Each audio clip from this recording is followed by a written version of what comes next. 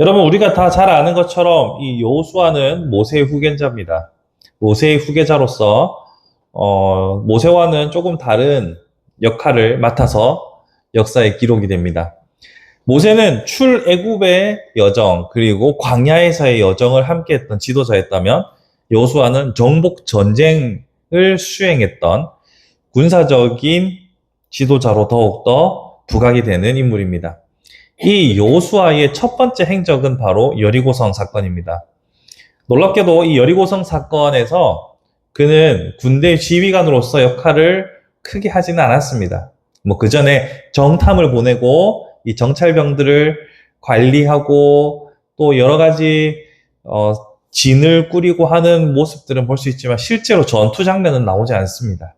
우리가 잘 아는 대로 성을 매일 한 바퀴씩 돌고 일곱째 날에 7바퀴, 총 13바퀴 돌았을 뿐인데 성은 스스로 무너졌고 이스라엘의 가나안 정복 전쟁은 그렇게 순탄하게 시작이 됩니다. 자, 그런데 이 정복의 서사를 한국 사람들은 정말 많이 사랑했던 것 같습니다. 생각해 보십시오. 하나님께서 주도하셨고 나는 크게 노력하지 않았고 강한 적은 하나님의 권능 앞에서 무너졌습니다. 그래서 한국 교회는 이 여리고성 서사를 정말 많이 사랑했습니다.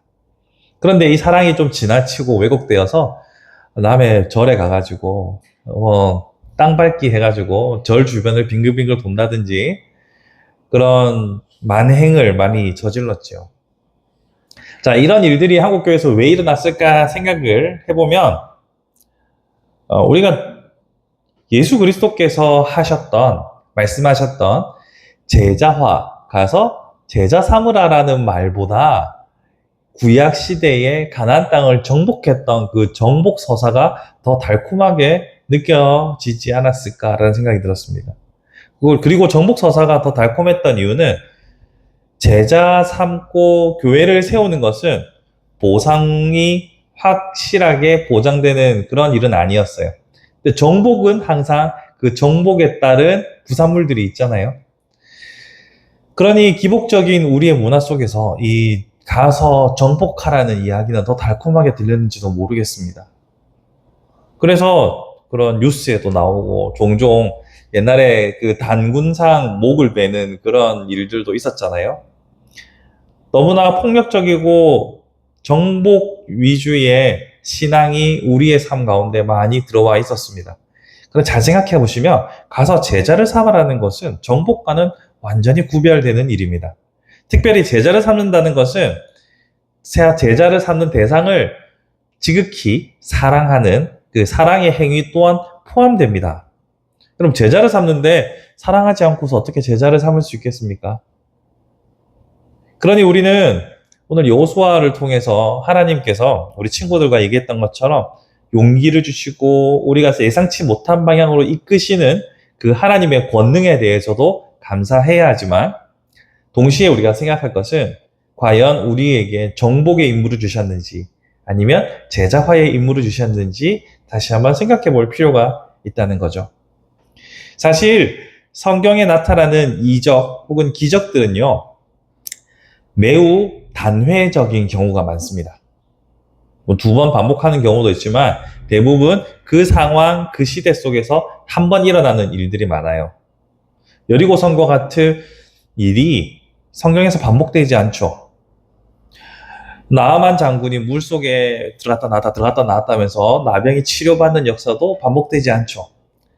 이것은 반복되어 우리에게 법칙으로 주어진 명령이 아니라 그 시대 속에서, 그 상황 속에서 하나님께서 자신을 드러내기 위한 특별한 방법들이었고, 그걸 통해서 하나님은 나는 너희의 예상 속에 있는 분이 아니란다 라고 말씀해 주시는 거지, 네가 필요할 때는 똑같은 방법으로 해줄게가 아니었단 말이에요.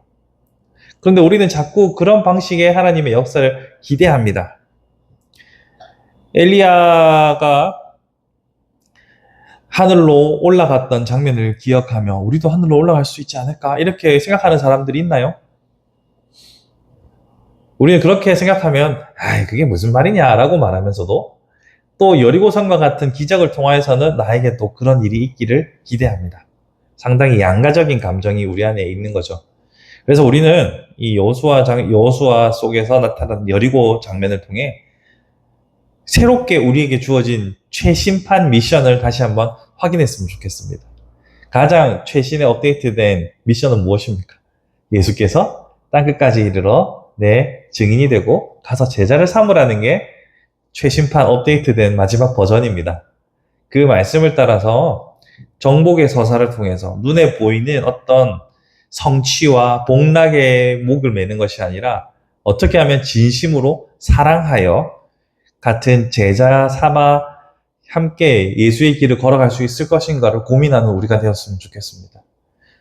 그런 면에서 하나님 사랑, 이웃 사랑을 다시 한번 떠올리게 됩니다. 예수님의 명령은 처음부터 끝까지 다 사랑이었고 사랑이었습니다. 이게 참 쉽지가 않습니다. 사랑은 언제나 고통을 수반하고 사랑은 언제나 희생을 강요합니다. 희생 없는 사랑이 어디 있던가요? 고통 없는 사랑이 어디 있었습니까? 지나보면 다 나의 수고가 녹아있기에 사랑이었다라고 말할 수 있는 거겠죠. 그러니 정복의 서사를 우리의 인생에서 이제 끊어내고 사랑의 서사를 만들어가기 위하여서 함께 고민했으면 좋겠습니다. 오늘 이 말씀을 준비하면서 나는 정말 제자화의 길을 가고 있나? 여호수아에게 용기를 주셨던 하나님이 오늘도 내게 용기를 주셨으면 하는 그런 기대를 했습니다. 26년 전 신학교 입학을 앞두고 두려운 마음에 여호수아를 통해서 받았던 위로가 오늘 다시 제게 위로가 되면서 사랑의 각오를 다져 보았습니다. 여러분들도 여러분의 사랑을 넉넉하게 남에게 전해줄 수 있는 사람이 되기를 기도했으면 좋겠습니다. 지금 내 코가 석자라서 누군가를 사랑하고 돕는다는 것이 정말 보이지도 않고 가당치도 않은 일이다라고 생각이 들 수도 있습니다. 그래서 넉넉히 사랑할 수 있는 사람이, 상황이, 환경이 되게 해달라고 기도하는 것이 참으로 중요한 우리의 제목이라고 생각이 들어요. 그래서 이 여호수아를 통해서 위로도 얻으시고 또 사랑의 각오를 다질 수 있는 오늘이 되었으면 좋겠습니다. 말씀을 정리해 보겠습니다.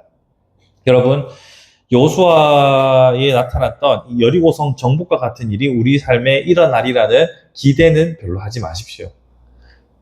다만 예수 그리스도께서 최신 업데이트 해주신 사랑의 길을 성실하게 걸어갈 수 있기를 소망했으면 좋겠습니다. 그렇게 사랑하며 섬기며 이웃에게 선한 이웃이 될 수 있는 선한 사마리아인의 삶을 살아갈 수 있는 저와 여러분이 되기를 주님의 이름으로 축복합니다.